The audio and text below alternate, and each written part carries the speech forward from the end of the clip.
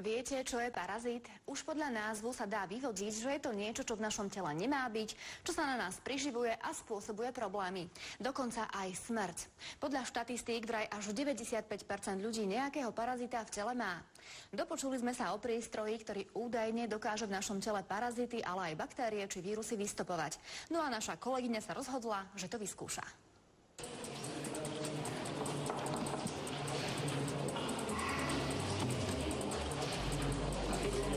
V úvode sme sa dozvedeli, že prvotným cieľom ruského prístroja bolo nahradiť chemické lieky, ktoré by kozmonauti pri svojich cestách mohli potrebovať.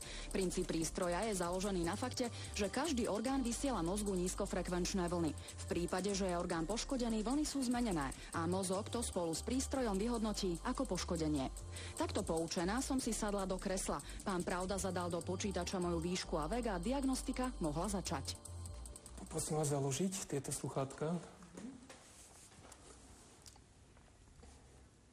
V tých sluchátkach sú zabudované biodiktory, ktoré snímajú vlastne tieto informácie z ľudského mozgu a vlastne prenášajú ich do počítača.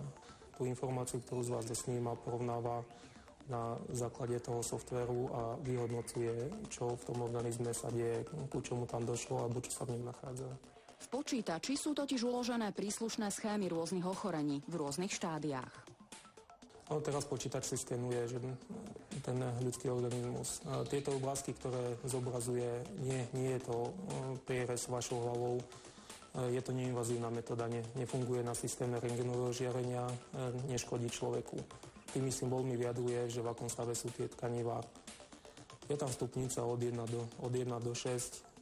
Vyslovene ako problematické hlasy tie 5 a 6. V podstate tie symboly ako kosoštvorce alebo čierny štvorec, ktoré vyslovene vyjadrujú v podstate oslabenie toho orgánu alebo proste nejaké ložisko, že sa tam nachádza.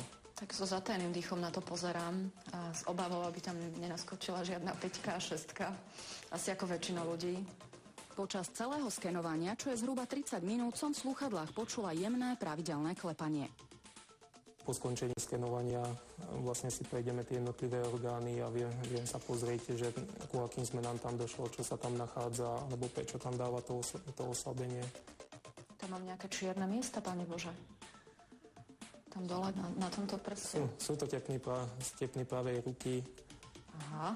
Mám studené ruky inak väčšinou, mám s tým problém. Je tam znížená priechodnosť tých ciev, takže z toho dôvodu vlastne sú aj tie studené ruky a dáva vám takéto výsledky. V tejto súvislosti som sa dočítala, že nejakým spôsobom viete diagnostikovať aj rakovinu. Áno, je to možné. Lebo tak, ako som na začiatku vysvetľoval, sú tam zaznamenané všetky druhy chorôb, aj vlastne v jednotlivých štádiách. Za to veľakrát sa stretávam aj s tým, že pokiaľ mi príde onkologický pacient, tak mi priamo ukáže aj o aký typ rakoviny sa jedná. Alebo to, čo sa týka žien, väčšinou, čo majú problémy s nejakými hrčkami v prsníku, priamo učí, či sa jedná o nejaký nádorový typ pôvod, alebo je to len nejaká tuková hrčka. Proste nie je to nutné čakať 3 týždne na histologický záver. Aj keď nenahrádza to klasické vyšetrenie. Prístroj ale nevykonáva iba diagnostiku, zároveň vie poškodené miesta aj regenerovať. Je tu jeden režim, ktorý sa volá metaterapia.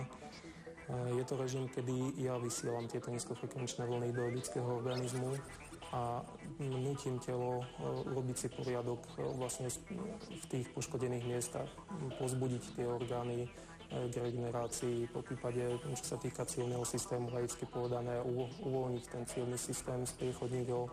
Čiže to, čo teraz počujem v tých slúchadlách, to už je nejakým spôsobom terapia? Teraz idú do vás tieto nízkofrekvenčné vlny, ktorými vlastne nútim to telo regenerovať si tie poškodené miesta. A na záver vie dokonca pomocou nízkofrekvenčnej terapie aj zlikvidovať vo vašom tele nájdené baktérie, parazity či vírusy. Podľa pána Pravdu je dobré, keď sa táto terapia opakuje viackrát. Takže v tejto chvíli mám diagnostiku úspešne za sebou. Bola to zaujímavá skúsenosť, bolo to bezbolestné, ale každopádne je na každom z nás, či zvolíme alternatívnu medicínu alebo tú klasickú.